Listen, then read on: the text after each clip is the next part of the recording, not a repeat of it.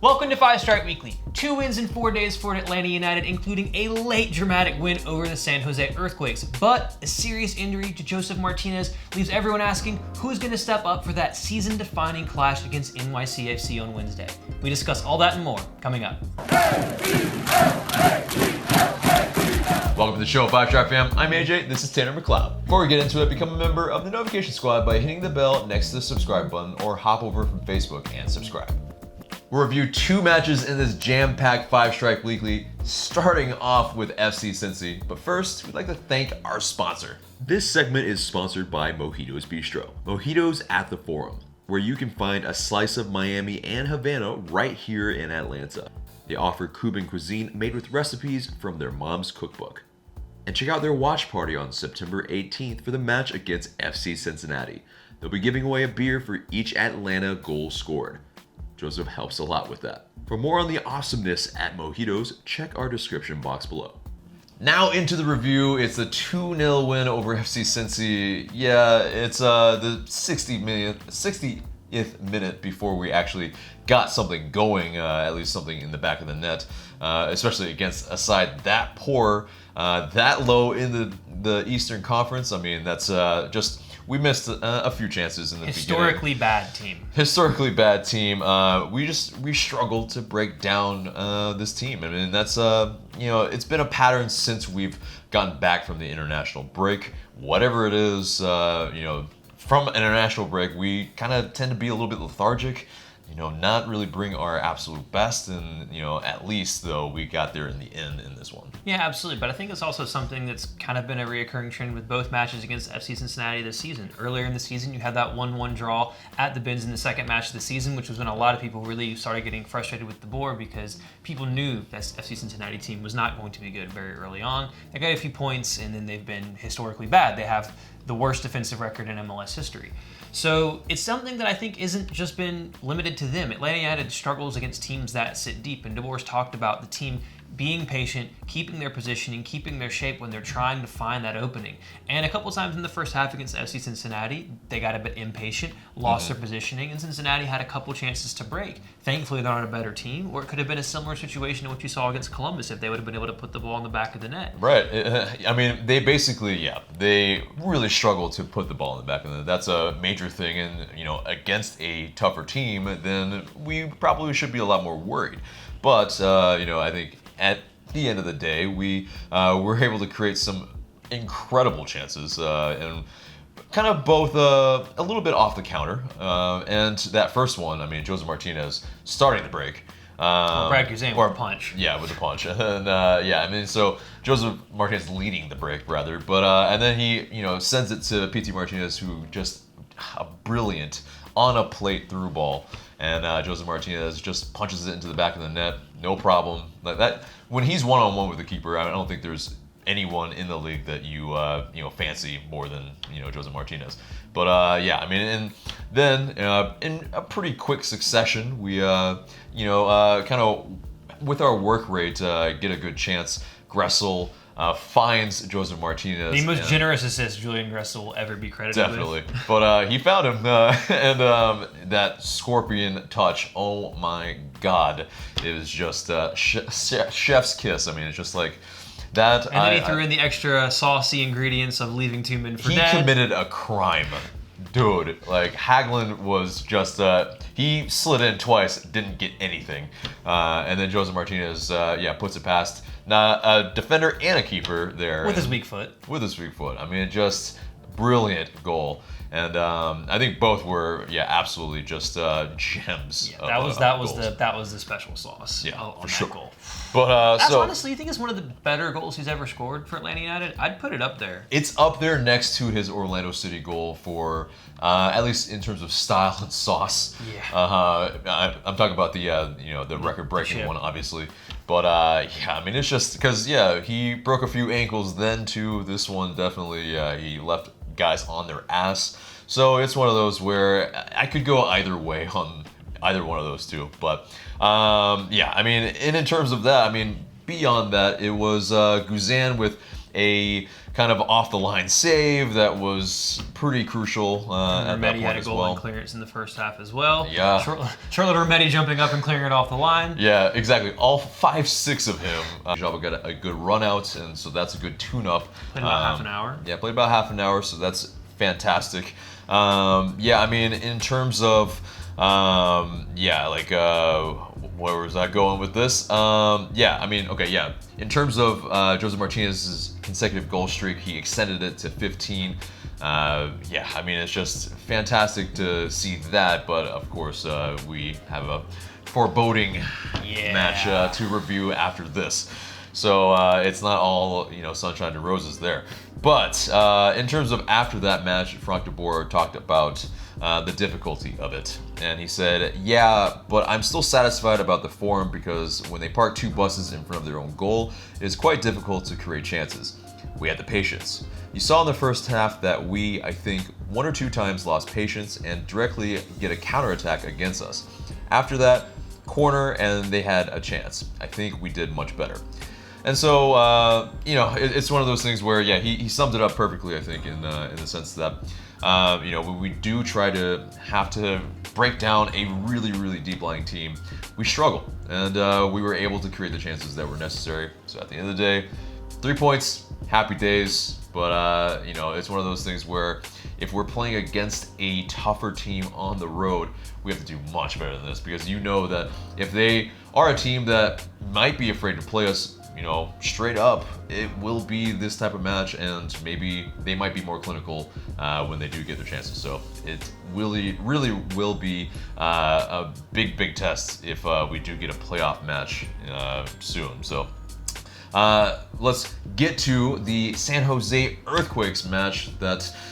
Talk about leaving it late. That is quite ridiculous. Yeah, I mean, they were down to 10 men. It was still 1-1 in the 90th minute. I mean, it just... I thought I was going to come out and be, swearing in a bad way on my fan cam. Just, we're garbage and just bad and awful. I mean, when you think about it, I think we've touched on it before. Atlanta United, for the short history they've had, they haven't had a history of really late winners. Yep. You had what we thought was a late winner against Red Bull earlier this season, and then you had that late goal by Tito to get the draw against Orlando back in the last game at the Bobby Dodd. Aside from that, there haven't been really too many games you can think, okay, late goal winner. Well, I guess Tito's was kind of late, but it wasn't 90th minute on, in that. We've had some game-tying goals as well, but in terms of, late winners, there's not out and out a very, very memorable one. This one, I think, very memorable. Yeah, for sure. And I think where that frustration is pretty apparent inside the stadium, the atmosphere is definitely tense. But yeah, I mean, and so, getting from the beginning of it, then, in the 6th minute, or the 4th minute rather, Justin Miram gets on the end of a ball that really is, might be generous as a goal, but it is, I think, on target. And he gets it in the back of the net. That's a little hefty deflection for sure. Hefty deflection, but hey, it's they all count. They all count. If it crosses the line, doesn't matter. But also apologies for there's some guy mowing the lawn somewhere, and it's just it is what it is. So apologies for your ears.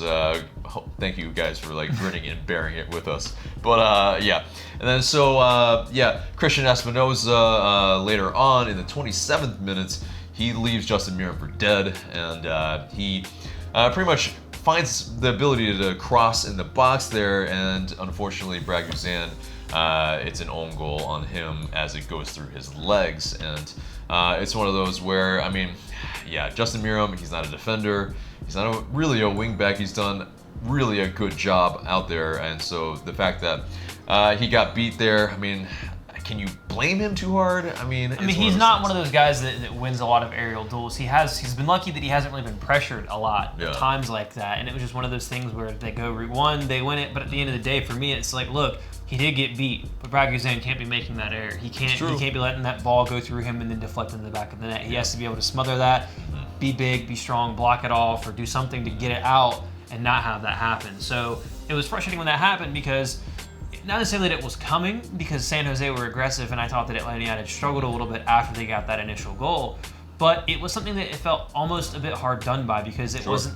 they had no shots on target up until I think the 60th or so minute. It wasn't like they were creating chances. They were getting into the box, but Atlanta was clearing it. They were taking care of the danger. We were stifling them for exactly. What we thought was probably going to be a shootout. It was pretty much like something that, I think, to be able to keep them really with no shots on target for that long is pretty outrageous. And obviously what happened later in the first half had a lot to do that because the referee, he had a very large impact on this game. That being said, I think San Jose kind of had it coming to a degree because you have Emerson Hyndman booked early on for what was definitely a yellow card offense when he pulled a guy back that was breaking. I think it was actually Espinoza. And then Espinoza gets a yellow for being an idiot and jumping in front of Rometty when he's trying to take a throw in, and he gets booked for that. And then there's later on a little, ball bouncing around in the box. He fouls Escobar, which was a foul, but not a yellow. He kicks him in the side of the foot. But then he, for some reason, decides, you know what, I'm going to go in on his leg and then stamps on him. And then gets the second yellow and gets his ass sent off. What cracked me up was the fact of how angry San Jose got, and I get defending your teammate up to a degree, but the funny thing is in my opinion, he could have gotten a straight red for that stamp anyway because he stepped directly on Escobar's leg. VAR could have seen that and given him a straight red for that. So I find it funny that they were like, what did he do? What did he do? He knew what he did. You saw the thought process in his head. He knew exactly what he was doing. But credit to Franco Escobar as well for the skill to put it behind his back, to block him off, and to put himself in that position that he would get fouled. And then also, yes, it definitely hurt, but Escobar is a fantastic actor as well. And for sure. He definitely sold it as much as he possibly could. So that's where maybe they felt like they were hard done by, but absolutely, when you step on a dude's leg, whether you're late or not, it's very, very, pretty apparent that you're probably going to get a card. And so, he gets sent off, changes the game. It was a little bit unfortunate because, it could have been a little bit more back and forth and less of a kind of nail biter for so long. But, I think, it was very I think throughout most of it, very gritty, I think, in that sense. And, but before we get to the goals that saved this game, Josef Martinez was subbed off because he ran, or there was a collision between he and Petey. And so, it didn't look good at that point. He kind of gets some treatment. He comes off, comes back in, and then he's just immediately like, I can't continue. And this is where it's just like, it almost put me into tears seeing Josef Martinez on the sideline in tears pretty much. And he got stretchered off, and when guys get stretchered off, that's just never a good sign. It's usually not a good sign, and especially when he waves to the bench as gesticulating as pretty loudly as he did in that sense. It's a huge worry. You don't know what the extent of it is, and of course we'll outline what the actual extent of the injury is in the news, but it's just it's tough. It's tough to see that kind of the spiritual leader of the team in that sense to be stretchered off. The guy who is the guy who scores most of our goals. It's tough to see. But what the team did was they galvanized. They found something deep. They did though, and you could see it. They found something when he went off the pitch those last 10-15 minutes of the match that they really started pushing for. Emerson Hyndman, who had at times a poor game, he missed a sitter, in my opinion, from 6 yards earlier in the game. He missed a couple other chances. The ball did kind of come quickly to him, but still, he had some opportunities. It wasn't happening for him. But when Josef went off, he really took it upon himself to start running into the box and being aggressive and making those movements. I thought Brandon Vasquez played really well. They had a good link up where Vasquez backfielded to Hyndman. The keeper made a good save. The keeper made really a lot of saves that kept them in it because Atlanta, especially later in the second half, was putting shots on frame. It's just the keeper was having a worldie standing on his head. But finally, you have Darlington Nagbe, who is starting to get the numbers in terms of assists and stuff now that his work and his effort deserves, who had a great game, in my opinion, charging through midfield, finds Hyndman with that perfect layoff, and he smashes it into the back of the net. And the relief, and I think that was one of the loudest cheers I've ever heard from that. I think so. Because it was like the roof came off. It was like, thank God this goal has gone in. You saw what it meant to the team. You saw what it meant to the fans. And it was just one of those moments that is most enjoyable that you really associate with soccer, that you live for. And getting to see your team score a last-minute winner at home, and then to build off that and get another one to really make the game safe. To get the icing on the cake. That was nice. Yeah, Brandon Vasquez charging down the left. Pretty much, yeah. I mean, with that, left-footed cross to find an absolutely open. There was no one near him. Yeah, just absolute field of just like acres of space. And PT goes one-on-one with the keeper from the penalty spot, pretty much, and he hits it off the post. Made it a bit harder than it needed to be. But I understand because I mean the keeper's coming out at him and pretty much getting as big as possible. But it is I was like, if you had not had that gone in, I would have been very angry with you because there is no excuse missing from that range. Right. It's like, what else do you want? Right, but I think we got that third goal because for some reason, inexplicably, San Jose was trying to get an equalizer. I think maybe. Well, they almost did as well. And so they you almost could did. see after the third goal went in, they had a chance at the other end as well. So you needed that third goal clearly because they pushed for it. Yeah, and they were trying to push, I guess, and I think for obvious reasons they're trying to get up higher into another playoff position that better suits them if they wanted to, get further in the playoffs. But it's one of those things where maybe, and I think I saw some things on social media like in terms of their fans, like, should we have actually tried to go for it with 10 men, that type of thing. And credit to them though, they did play well with 10 men did. for a large percentage of the match, although I'll get into it later in a segment I haven't done in a while. They really irritated the piss out of me with the way they fouled Atlanta United consistently, specifically Pity. But we'll get to that. Yeah. But in terms of other superlatives, I think Tio Villalba came on and had a really, really good performance. Really changed the urgency, the pace of the game. He was dribbling around guys and really trying to make things happen. And I think, I think it bodes well for both Brandon Vasquez and Tito Villalba if they are going to play in Josef Martinez's stead, that they got some valuable minutes in this match leading up to NYCFC. So, I mean, Hyman, he got the man of the match per the Atlanta United social media. I think, his work rate, I think, is really what kind of exemplified that man of the match display plus the go-ahead goal.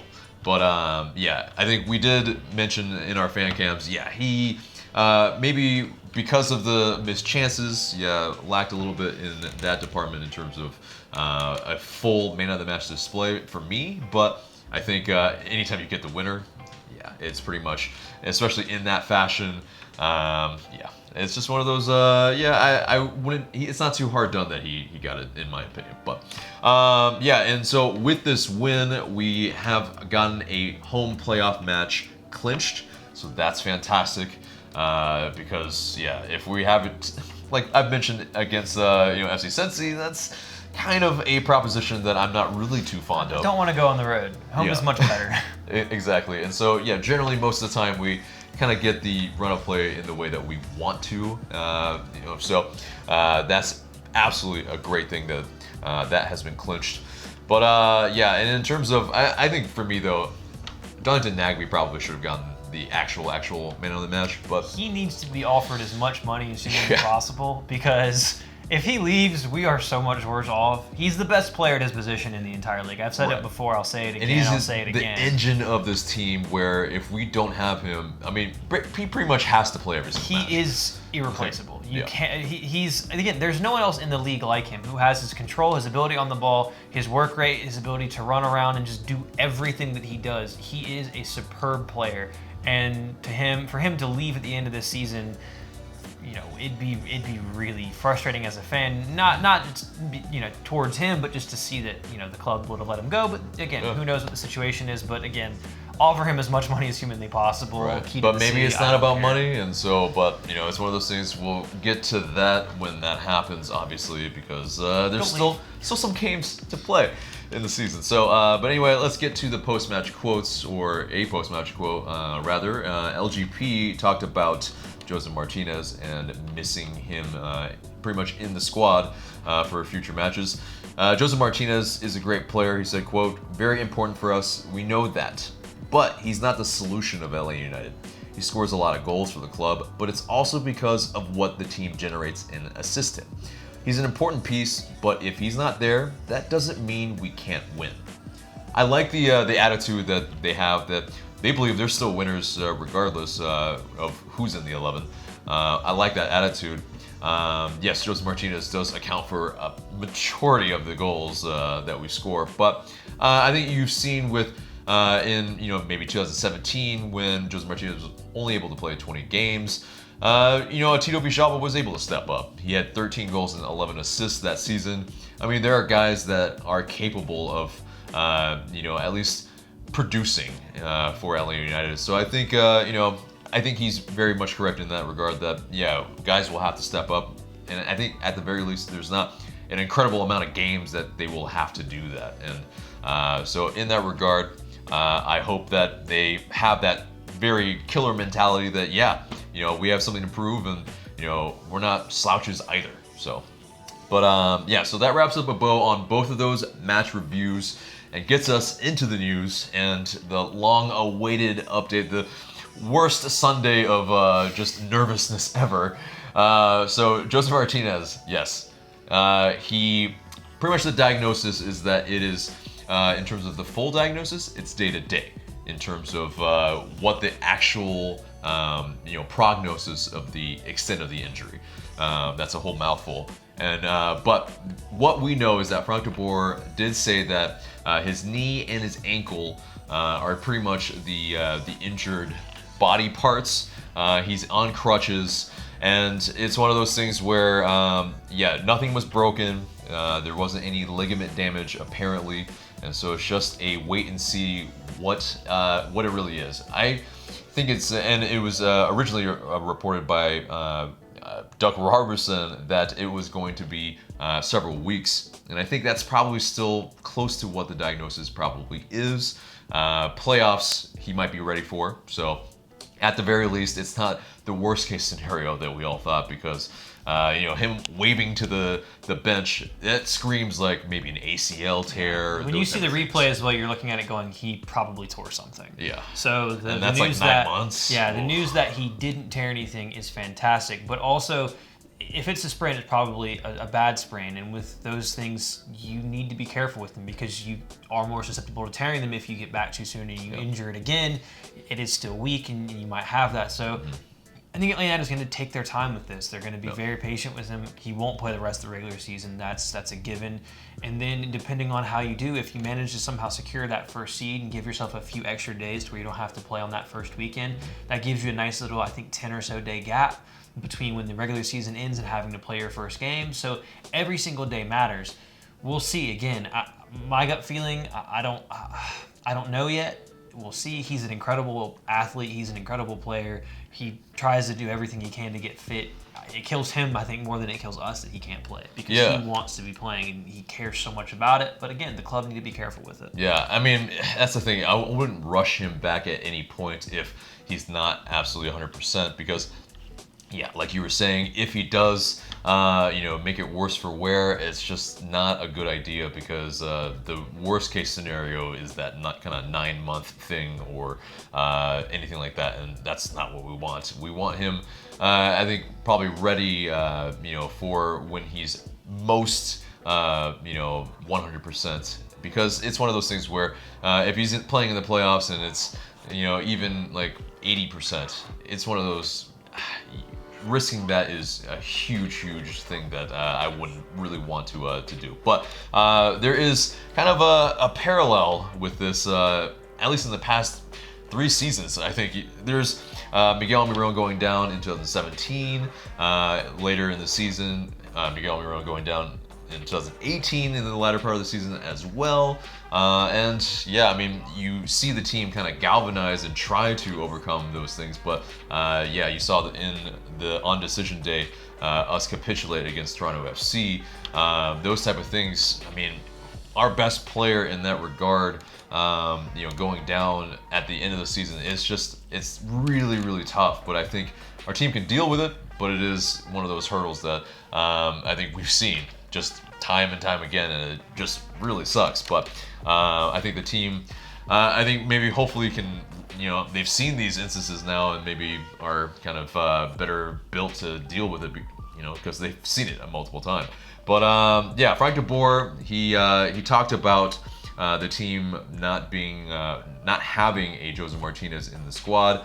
He said, quote, "I have to deal with it. I can't sit and cry in the corner that he's not here. I'm still positive. It brings another energy in the team that we have to try to explore." And that's good that he's maybe open to doing some different things with the squad to maybe fit in kind of the best 11. Unfortunately, he doesn't have very many games to get that right, and so hopefully whomever he brings in, it's the right person, because it's just like he might have to mix and match pretty quickly inside of a match, maybe some halftime subs if something's not working. Who knows? He's not really known for that, but I mean, something's gonna happen. Something's gotta happen. But another big piece of news happened on Monday as well, and our captain Michael Parkhurst is retiring at the end of the season.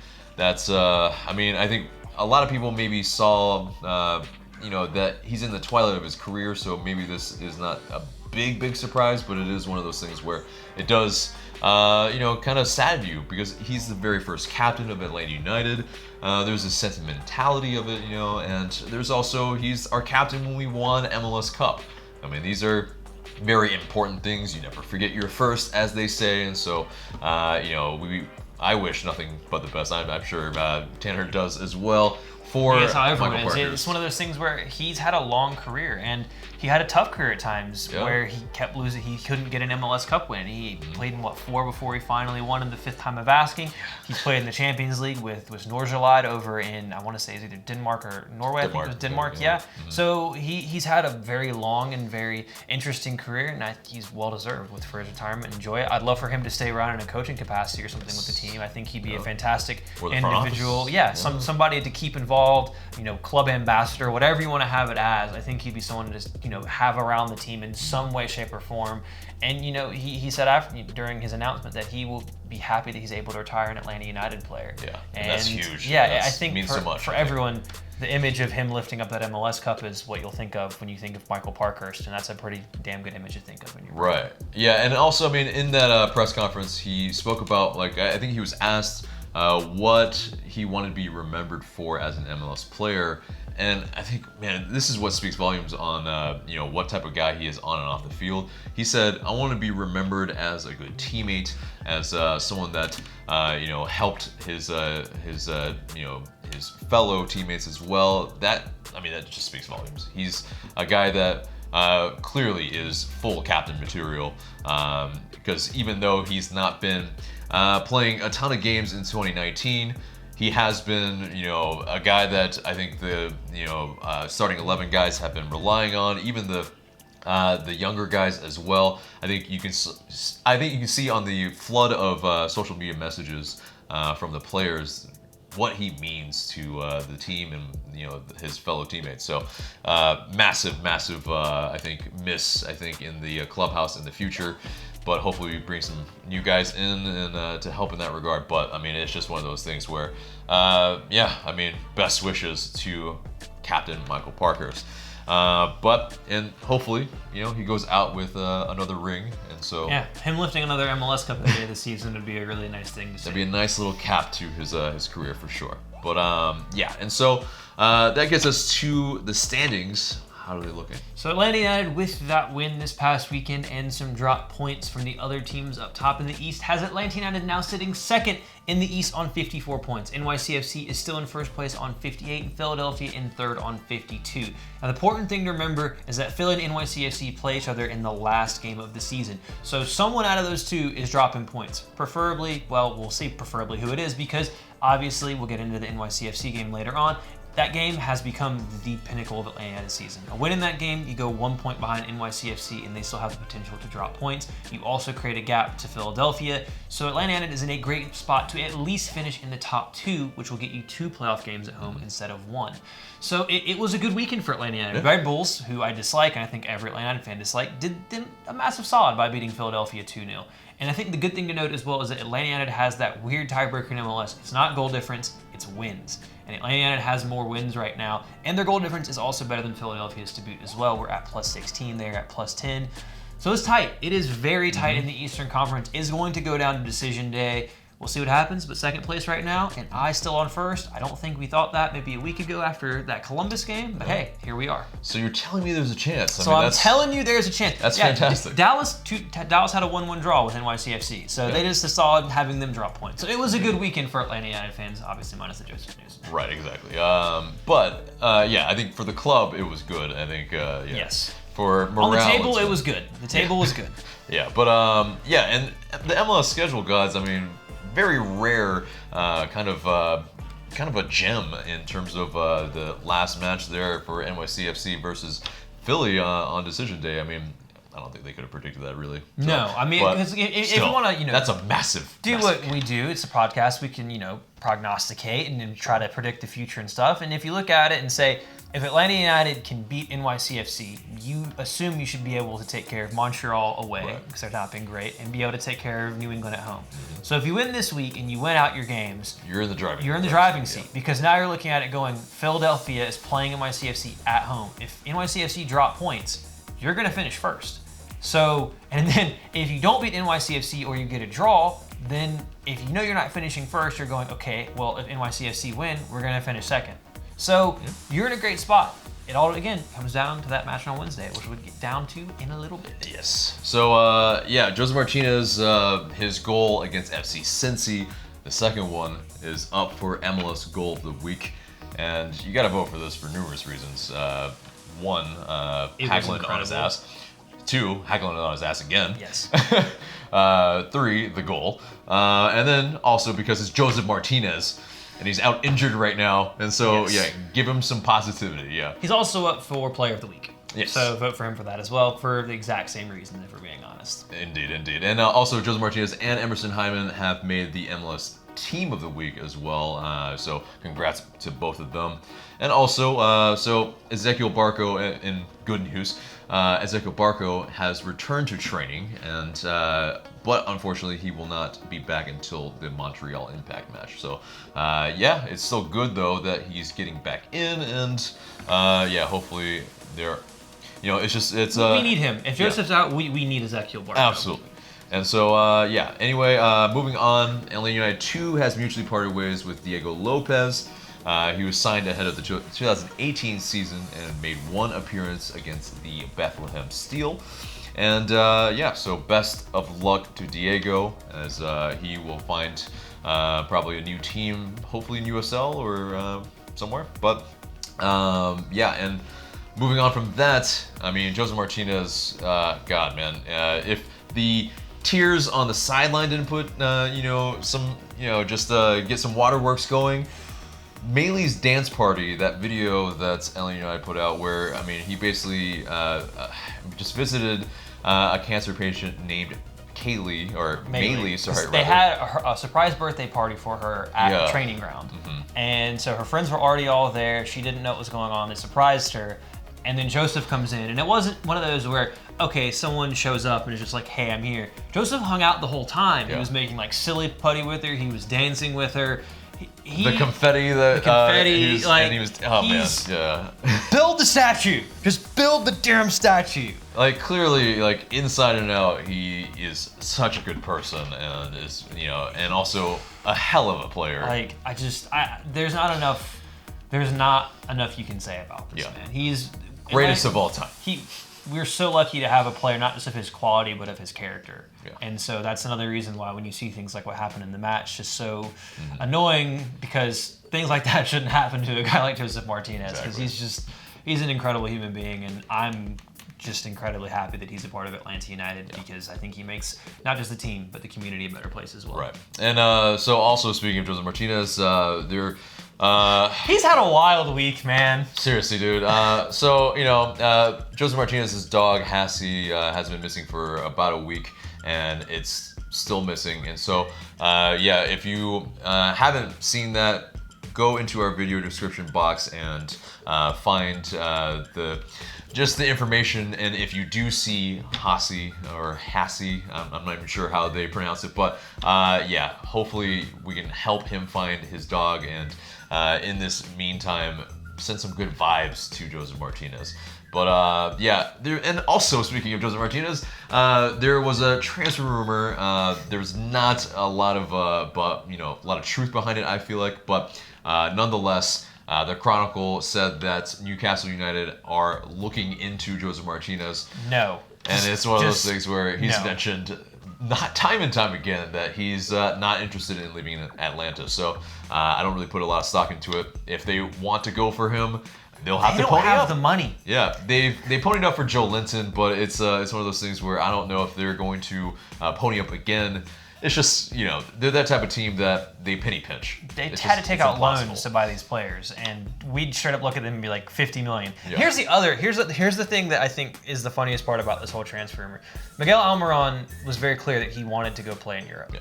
Josef Martinez has made it very clear he does not want to leave Atlanta, so it doesn't even matter if Newcastle wanted him. I don't think he wants to go anywhere. So, it doesn't matter. There it is. There's no Latin clubs in Newcastle. It's cold, it's dark from like 3:30 in the winter. That doesn't seem like the kind of place Josef wants to go live. I don't think it's the type of place his family would want to come visit because it's cold and miserable and raining constantly here. And Miggy's never even there in his free time. Him and his wife are traveling around Europe because they're like, why do we want to be here? And also, this is most important, Newcastle are crap right now. They're terrible. Even Miggy, you could clearly tell, isn't happy. His confidence is not great. He's not having a good time. He needs a goal. He needs a goal. Yeah. He needs something. Newcastle need a lot. There's no one going to their games. It's just a miserable time right now for them, and I feel for the fans, I feel for Miggy, but stay away from Josef. Yeah, so I think in terms of happiness, I'm not really sure that Josef Martinez is really wanting to do that. No. But so that wraps it up for the news and gets us into buy or sell. And in this segment, we simply say if we buy or sell an Atlanta United topic. And first topic is Josef Martinez will start Atlanta United's first playoff game. Buy or sell? So it's going to be, I think, October the 13th, because my gut feeling is Atlanta United won't finish first. It's just a very tough ask with that point gap. I don't think he will be. That's less than a month away. These injuries are usually 6 weeks at least. So if Atlanta United wants him starting, maybe he can give you something off the bench, but I just don't see a way. And I honestly don't want him rushed back to see him start in that game either. So I'm going to sell that he starts in this game. Yeah, I think, I sell for the very similar reasons, and especially starting. I think that's where it might be too soon, especially him getting some match fitness, because it will be a time that he's out. He will need to be able to get back into the squad where he's firing like a Josef Martinez can, and maybe in that time maybe there's some kind of intra-squad games that he can organize and try to get a lot of game time or like minutes so that he can get ready if he is nearing to get ready. But you could always have him on the bench, if not to play, also as a threat. That's something that teams do sometimes, because exactly. If a team's coming to the bins and you think Josef isn't playing, and all of a sudden you see him on the bench, that can change the way that a coach approaches the game, because you're thinking about what he can do when he can come on, what's possible there. But as far as starting goes, I think we're both in agreement. I think that's a bit too soon. Yeah, it's gonna be tough, but if it happens by some miracle, fantastic. Next buy or sell topic: Atlanta United will secure a top 2 seed in the East. I'm gonna buy this one. We talked last week about if Atlanta United could finish first, but I definitely think as far as a top 2 seed goes, I think Atlanta United can do that. You have a big match, and it depends on what the result is this week. But I think for Atlanta United, I see them winning both of those games against Montreal and against New England at home. Mm-hmm. The benefit is having those two teams in Philadelphia and NYCFC play each other that last game of the season. Yeah. Now, Philadelphia winning that game, that's probably means you're finishing third. But as far as top 2 go, I have a gut feeling that I think Atlanta United can do it. I think the quality's there. I see Philadelphia dropping points against NYCFC, because NYCFC is going to do everything they can to finish first, and I think they're going to, personally.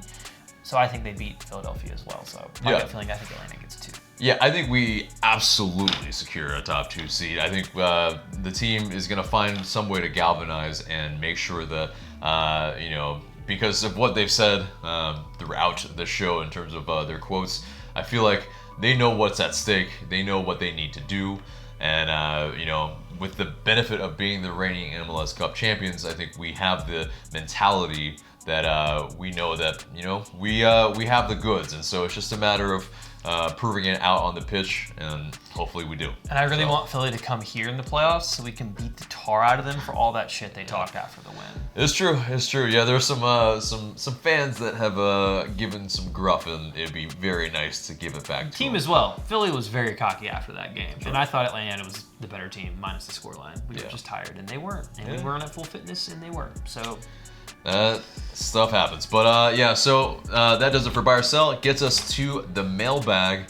And you guys send in these questions through IG story. Please continue to do so, and we might answer your question in the future. First question comes from Nick B Studios. Do you think the rest of the team will be affected in a positive way or negative way from Josef's injury? I think it's going to be a positive, and I think it has a lot to do with the fact that it's Josef Martinez, and he's going to still be in and around the training ground, and I guarantee you, I don't think he won't fly, he won't travel to New York. But before the team leaves, we'll probably look at all of them in the eye and say, you guys better step the hell up, because if you drop your performance levels, I'm going to be pissed at you. He's that kind of guy. Yeah. He doesn't want his teammates performing at a lower level. He's like that on the field. I think he's like that off the field. And I think he'll make it very clear that, this isn't just about me. We're a team. Mm-hmm. And I think the team understands that as well. They have that mentality of we are still a great team, like, LGP quote you said earlier. Mm-hmm. I think it's a positive. And again, you had positive performances from both Brandon Vasquez and Tito Villalba against a solid team in San Jose. So you have quality players to step in. Obviously, they're not the level of Josef Martinez, but I think you have to do what you have to do, and you have to fight, and it's a backs against the wall moment. So I think that they're going to step up, and I think they're going to be a positive influence. Yeah, no, very well said. I mean, it's one of those things where I think, with all that, it's that mentality they have right. I hope that they do take it in a positive way. Sounds like they are. Next question comes from Thomas Jeffels 17, and a similar question by Ella Bell 006. How do you think we will cope in the playoffs if Josef isn't available? I think it's a lot tougher. I think it also depends on where you're playing. If you have those two matches at home, if you finish second, again, you can't just assume that you're going to win every game at home, but it is a much better place to play.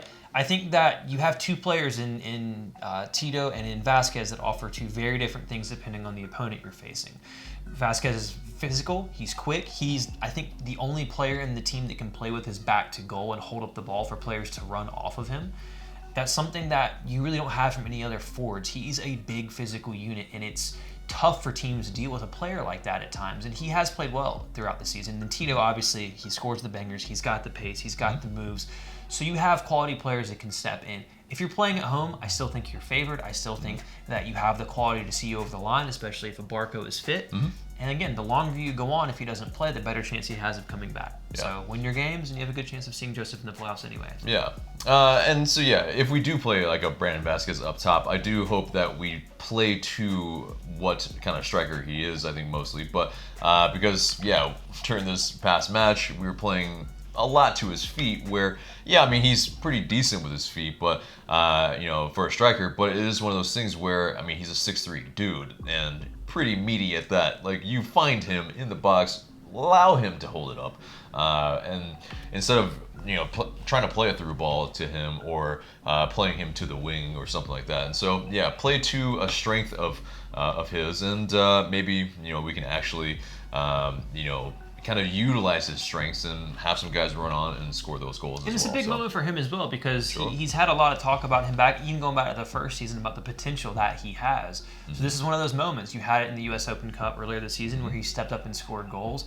Now he has another big moment here where he will be counted on to step up and put in a performance, whether that's starting or off the bench. So this is a good time, because if he can step up, that just gives you another option and more confidence that you have a variety of different players that can unlock any type of door in terms of a defense in front of you. So and Tito Villalba ain't no slouch either. Exactly. So you have two really solid options there. It could definitely be worse. It could be Manchester United. Yeah, Let's not talk about that. Let's not talk about that. Next question comes from TEJ8. Will not having a super sub, i.e. Barco Tito 2018, be our biggest flaw going into the playoffs? I think you'll still have a super sub, because I'm not sure, again, whether it's Vasquez or Tito. If Barco comes back, you also have a Heinemann coming off of a bench, or Remedi. Yes, it's not necessarily a super sub, but you'll have quality to come off the bench still. This team, especially in attack, is deep. They are good. That is the one place where you don't want to lose players, but in a sense you can't afford to lose players, because you do have that quality. So I still think you will have players coming off the bench, and it depends on the situation that you have. I think if Vasquez off the bench is a difficult thing for a team to deal with. He's a big guy. He can throw himself around, and he's improved this season. Or if Tito's coming off the bench, you know what you have there. Or even if a Hyman comes off the bench, he hasn't had the best of performances, but he's also been, I think, a solid acquisition as far as I'm concerned. So you still have quality that you can bring off the bench, and I don't think it's necessarily as bad as maybe you might think it is. Yeah, I mean, you don't have a guy that was a former DP and a DP that is coming off the bench, but yes, there's still a good bit of quality and definitely attacking-wise that you can bring off, and especially, if it is Josef Martinez, especially in the playoffs, if he's not quite ready, that's quite a weapon to bring off. So it's not all doom and gloom that we don't have maybe those two in our squad for the playoffs. But next question comes from Terminus United 83. Would it be better to finish second in the East with New York and DC in 4th and 5th? Yes. I'm just going to say yes, and then you can take the rest of it because I don't want to play Red Bulls. So yes. I mean, that's absolutely fair. They're a team that, in the playoffs we've done the business against, but maybe it's one of those where have we shown as much flexibility as a Tata Martino? Maybe. So it's a kind of wait and see if we do play against the Red Bulls. But yes, if we're talking about pure matchups, yes, yeah. I mean, we probably want to be playing a DC or a New England Revolution or those type of teams, or a Toronto FC. Yeah, right now it's Toronto. If we finish second, if they ended today, it'd be Toronto. Right. So I think if we could avoid the Red Bulls, yes, please. Last question comes from Sophia Cupertino. If Josef is out for the playoffs, what would be the ideal playoff lineup? I think you stick with the similar formation. I don't think you want to change things a lot. I think it comes down to personal preference and also the team that you're playing. If it's a team that's really going to sit deep, I'd play a Brendan Vasquez because he gives you a more physical option in the air. He can play with his back to goal. He can take multiple players out with his physicality. If it's a team that plays more open, it's a Tito Villalba. Aside from that, I think that if Barco's fit, he plugs into Hyman's spot, and you pretty much have what you've got right now, and it's just who's playing for Josef. So I think what you have right now is the best you have, with Gressel at wingback, with Mir at wingback. The back three is the best you're going to have. The middle is really your only question, especially if Barco is back. Is it Remedi, Hyman, Nagbe? Who plays out of those three? Does Lorenovitz come in? I still think it's probably 2 out of 3 of Remedi, Hyman, Nagbe, Barco's fit. Yeah, I think the midfield, the number 10, and the striker, it's maybe a little bit fluid now, especially against the opponent that we're going to play. It just really depends on that, and so the ideal is what suits the opposition in a way, but also allows us to attack them at our most lethal capacity. So that does it for the mailbag, and thank you guys for sending in those questions. Please continue to do so, and we might answer them in the future. And that gets us to our Wasteman of the Week. Yes, it has been a long time. Maybe it hasn't been a good time, but I have a Wasteman of the Week for the first time in a while. And it's not just a man, it's an entire team. The San Jose Earthquakes, what happened? Genuinely lost their minds in that game. And I've seen teams get angry at a referee, but every single call from the first minute of the game, they were yelling in his face. Now, it's not applicable in a sense, but I was a referee for high school basketball. You know what? As a ref, if you started yelling at me, I had no inclination to help you, especially if you were doing dumb things. If you were making fouls, I was going to call them, and I wasn't going to give you any leeway because you were acting like a dickhead. Guess what? The entire San Jose team acted like dickheads. Chris Wondolowski got a red card, and I kid you not, this is the description, for foul and abusive language after he was off the pitch. He wasn't even playing, and it was the first red card of his career. This team lost the plot entirely. Espinoza deserved to go. Honestly, Judson should have gone because his game plan was apparently kick every Atlanta United player, specifically Pity Martinez, whenever he saw them. So as far as I'm concerned, they could have had multiple red cards, and they got what was coming to them. Those 2 goals at the end was poetic justice because as far as I see it, they didn't play a great game. They kicked us. They played on the edge. That's what Matias Almeida wants to do. He got a kick as well because he got kicked out of the game. So guess what? San Jose, Waste Men of the Week. They deserved it. Go and do one. We got all 3 points. Go cry off in the West. Solid. And that gets us into the match preview, and it's a big one. It's against NYCFC. It's the big one, pretty much. They're first. We're second. It's at Yankee Stadium. It's Wednesday, and by God, we need this win for sure. But in terms of their form recently, they've been doing really quite well. They've won 4 of their last 6 and have been undefeated. So, that's ain't too bad. I don't think they've lost since we beat them in August. Yeah, I mean, it's they've been on an incredible run. And for us, we've won 4 of our last 6 and lost 2. And so it's not a, kind of shining NYCFC form, but we've been doing decently. We just don't tend to draw games for whatever reason this season. We have 3 draws this year. That's wild. Whatever reason. But in terms of our previous matchups against them, in 2017, there was that 3-1 loss at Yankee Stadium.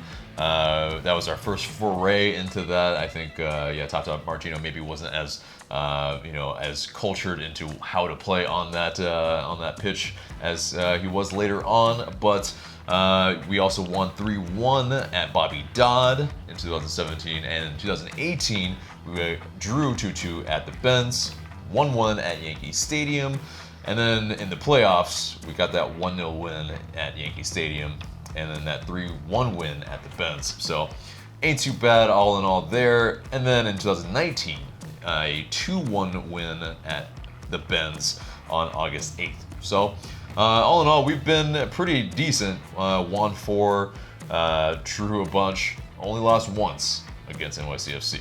So, I think at one point, in 2018, we were pretty maybe about playing NYCFC, but now we've got a good run of it against them. But now is not the time to get too overconfident against this team. Well, especially you're missing Josef Martinez. Yeah. So you're going into the biggest game of the season without your best player.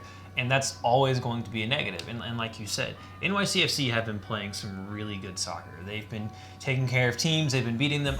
They did have a draw this past week into a Dallas team that's been okay, hasn't been exceptional this year. Fighting for a playoff spot. Yeah, fighting for a playoff spot, but they are really starting to find their style of play under Dome Tarrant. And there's some people at the beginning of the season that wanted him fired. They didn't think he was good enough, but I think now people are kind of seeing how he's playing. He has put his stamp on the team. They aren't Pep Guardiola's Man City, but in a few separate ways, they do play a lot like them. Dome Tarrant has coached with Pep for a very long time. He was a close confidant of Pep. It made sense when he moved within the City football group to come over to NYCFC.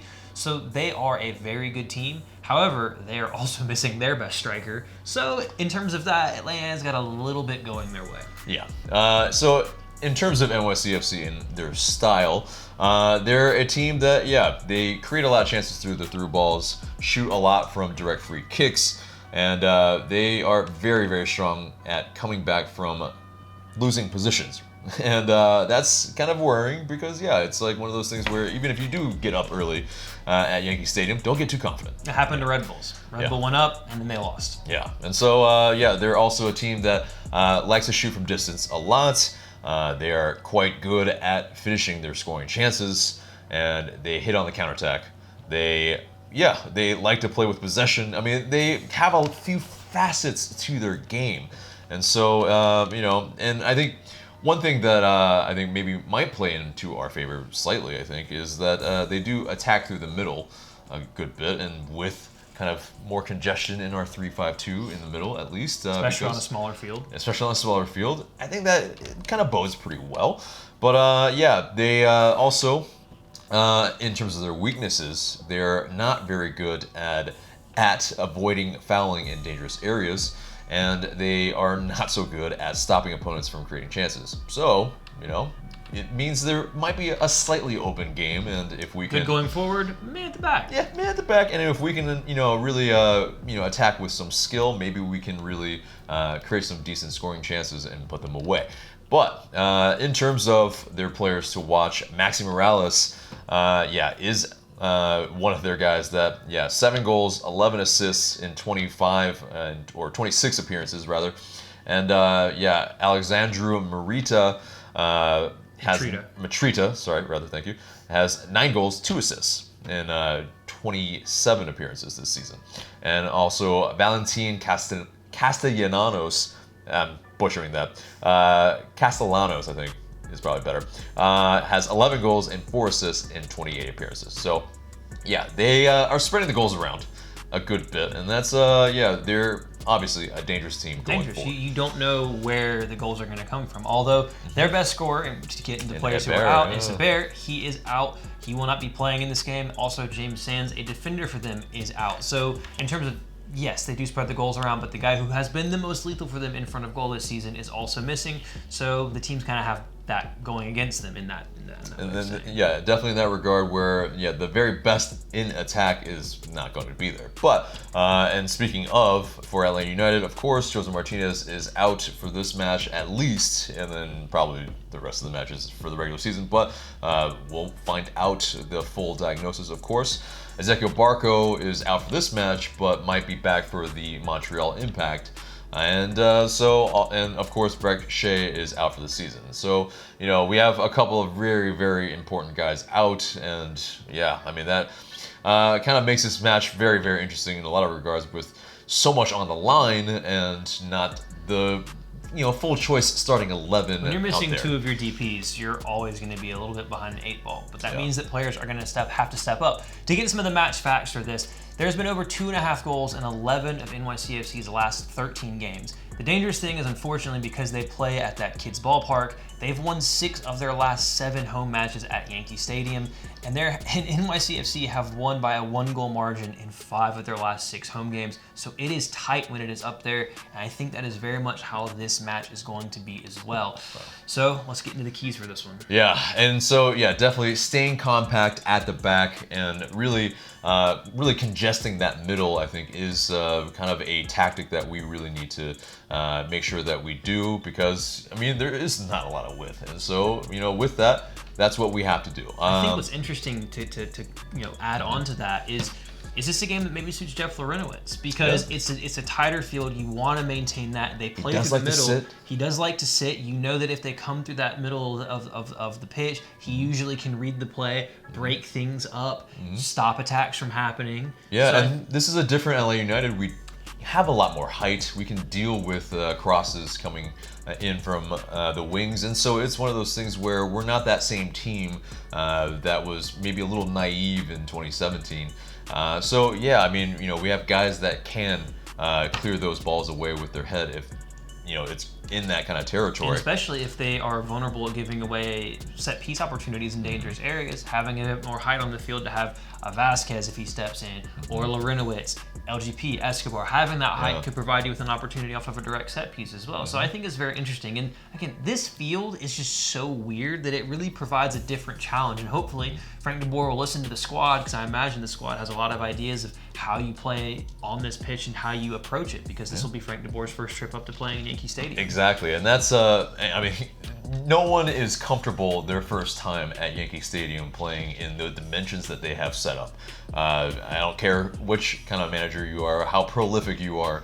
I mean, Tata Martino has showed that, yeah, it's, you know, it doesn't matter. Like, you will, you know, struggle if you've never played there and, you know, you don't have the right ideas in order to break down NYCFC at home. And so, yeah, I mean, in terms of, you know, there's a lot of questions in our starting 11, and so let's get into what our prediction is. Yeah, going through the lines, Guzan, of course. So I have Guzan. And that 3-man back line. Yeah, so my back three is a little bit interesting, mostly because Julian Gressel also picked up a little bit of a knock in the game against San Jose, and it wasn't as bad, but he was limping at the time, and he did not, in my opinion, seem 100% at the end of that match. Plus the fact that he plays a lot of games.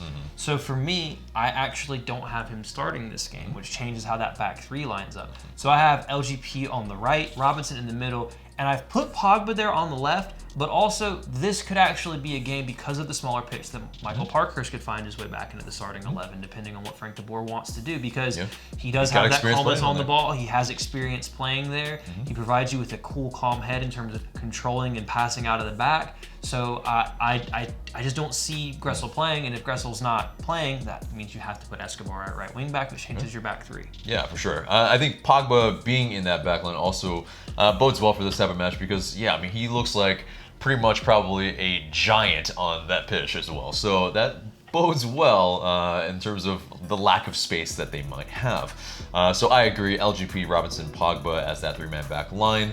Escobar then would have to come in, you know, to spell Gressel for a bit, give him a little bit of just that relief, and maybe hopefully he can kind of rehab it for a game and not have to come on. And with how Escobar plays with that kind of reckless abandon running up and down, it's a smaller pitch so he can get up and down more, and it suits him to go and almost frees him up to be a bit more aggressive and run forward as opposed to leaving him exposed in the back. Right, and Miriam came off early, and so I think he comes right back into the left wing back position. Although I wouldn't be surprised if a Dion Pereira does play, but I think Justin Miriam does have experience playing on that pitch, and Dion Pereira does not. I think you have to go with some experience here in this type of match, especially when so much is on the line as well.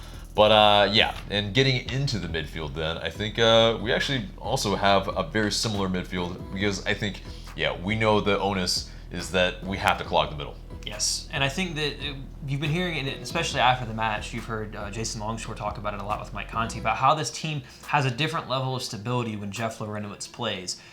Yes, we like being attacking, but you have to be pragmatic and you have to be smart about this game. And I think Jeff Larentowicz has to start this game for Atlanta United. He provides you something different. You don't have to worry about him moving around on a big pitch because it's a compact area. He reads the game so well, and he stops attacks from taking place. And you know he's going to hold his position in the middle of the park and really be a shield for the defenders. So I think he is key and pivotal to play in this game, right next to Darlington Nagbe, who, if you have to pick anyone, he's going to play because he's a do everything. And again, with the pitch size, he'll be able to go box to box a lot in this game.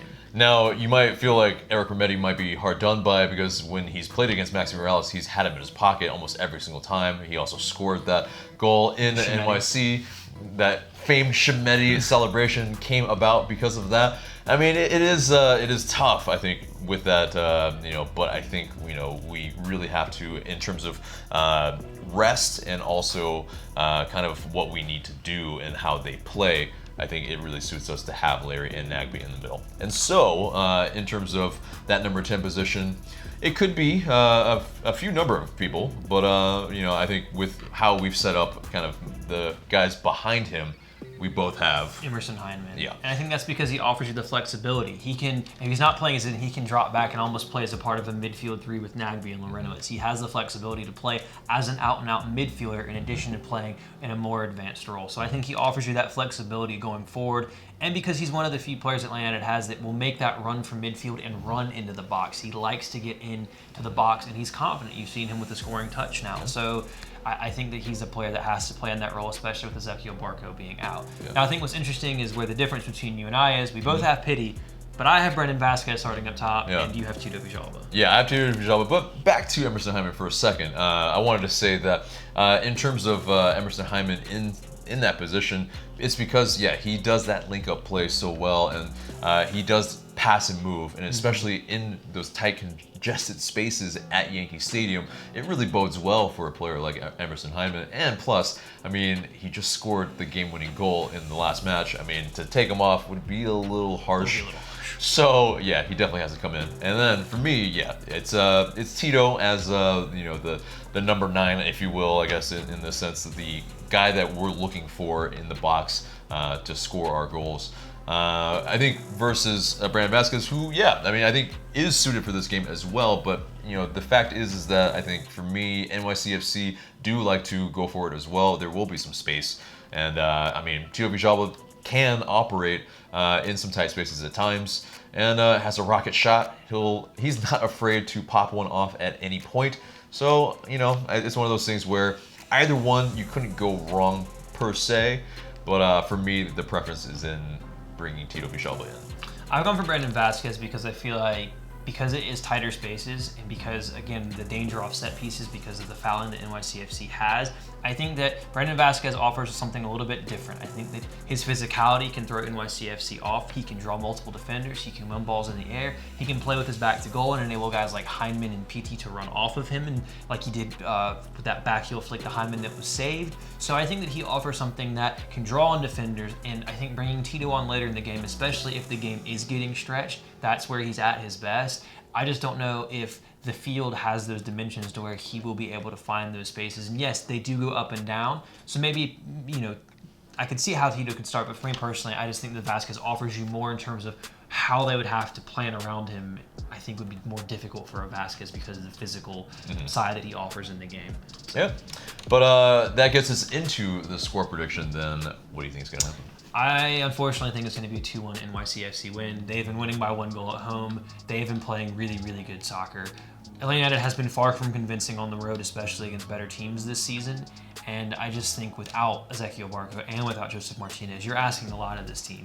I think that they can play well and it'll be a tight game, but I just have to go with my gut over my heart, and my gut just tells me a 2-1 win to NYCFC. Yeah, I've been put through the feels this entire weekend, and so I think I'm going with my heart here, and I'm hoping it's a 2-2 draw. Because, yeah, I mean, I think the team will find something deep within themselves to really, in this kind of time where, we need a result to kind of quell those feelings. Because if very immediately, we take an L at Yankee Stadium, it's not going to make people feel too comfortable. So I think that, the players know what the importance is, and I think there's enough talent on the pitch to be able to make that happen. At least a draw. If we can get more than that, absolutely fantastic. Hopefully we don't get his I result. hope I'm wrong. I really want to be wrong. Really, really want to be wrong.